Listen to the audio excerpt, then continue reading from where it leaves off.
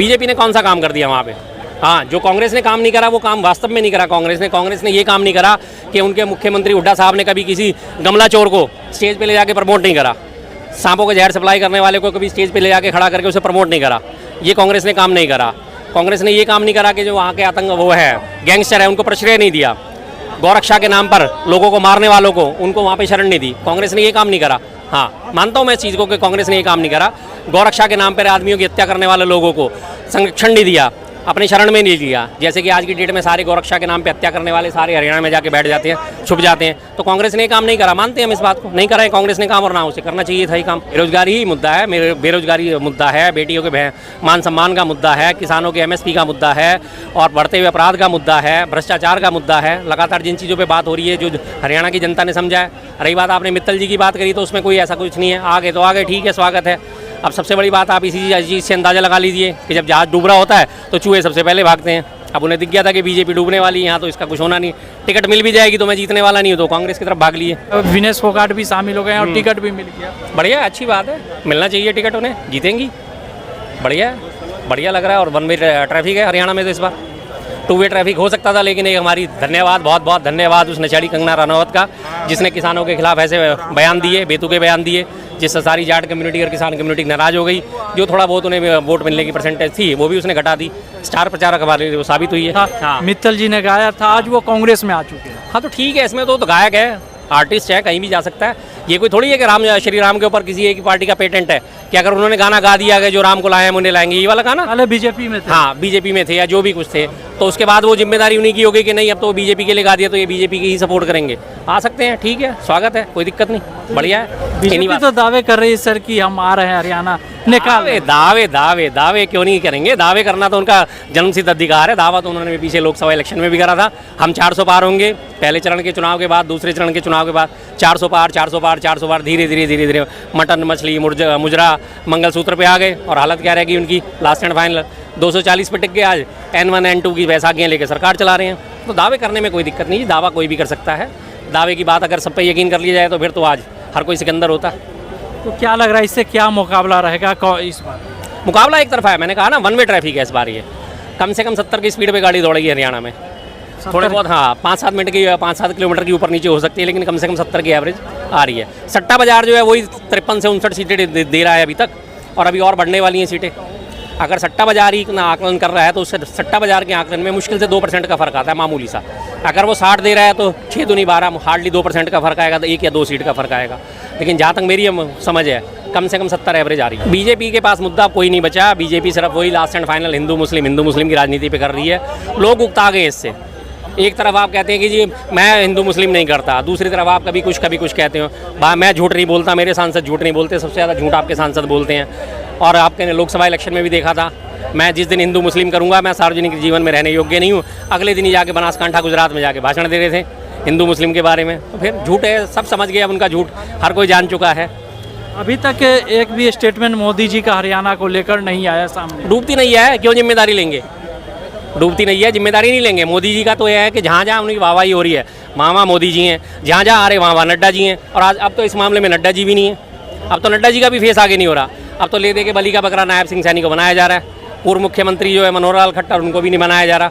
ले दे के एक नायब सिंह सैनी, उन्हीं का फेस आगे करा जा रहा है। वो क्या कर लेंगे बेचारे? उन्होंने बड़े जोर शोर से चला रखा है non stop Haryana, non stop Haryana, non stop Haryana. अब नॉन स्टॉप हरियाणा है किस चीज़ में, ये भी तो देखो। नॉन स्टॉप हरियाणा बेरोजगारी में, पूरे देश में सर्वाधिक बेरोजगारी की दर हरियाणा में। रनौत ने जिस तरह का बयान दिया है हरियाणा इलेक्शन से पहले, तो क्या असर रहेगा इस पर? असर ये रहे कि हरियाणा में जिसकी उसकी सीटें 90 सीटें हैं ना, 90 में उसको 9 सीटें बीजेपी को जाने वाली है, बाकी सीटें गोल। बीजेपी तो दावे कर रही कि हम हरियाणा में भी आ रहे हैं। बीजेपी हर जगह अपनी दावे करती है, लेकिन दावे के साथ वो खोखला है, ये जनता जान चुकी है और चुनाव में उसको आपको सामने आ जाएगी। नहीं तो काम से मोदी जी से लोकसभा में भी काम से जनता खुश हुई, तो तीसरी बार प्रधानमंत्री बनाई।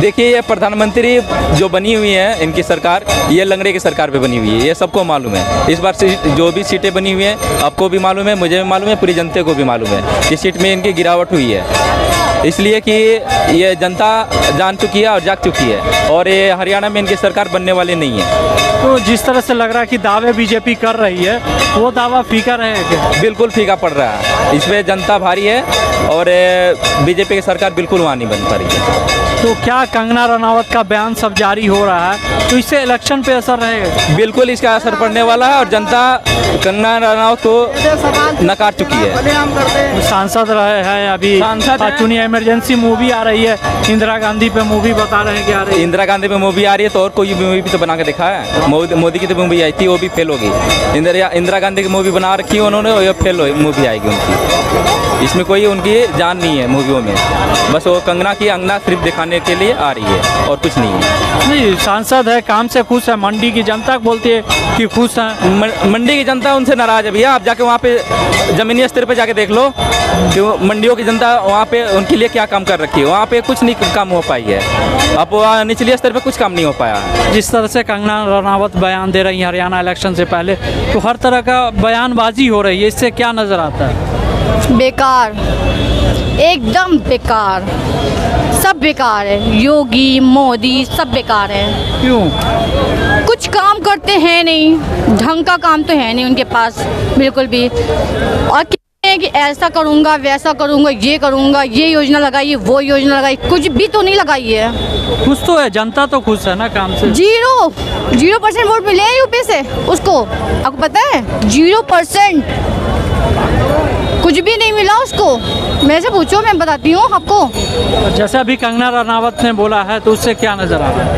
अरे कंगना रनावत जो हीरोइन है, जो मोटंगा की, हाँ, मंडी से सांसद भी जीती है। अरे ये लोग तो सिर्फ राजनीति खेल रहे हैं और कुछ नहीं है। ये सिर्फ राजनीति है इनकी, चाली हुई चालें हैं और कुछ नहीं है। नहीं, काम से जाने जा भी इमरजेंसी मूवी आ रही है, इससे काफ़ी जनता खुश नजर आ रही है।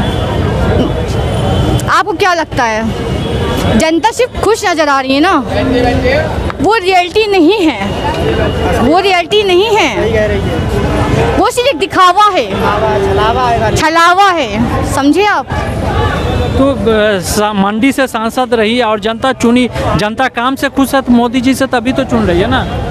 अच्छा, अगर काम से खुश होती तो उसको 0 वोट क्यों मिलते? क्या यूपी से वोट क्यों नहीं मिले हमारे?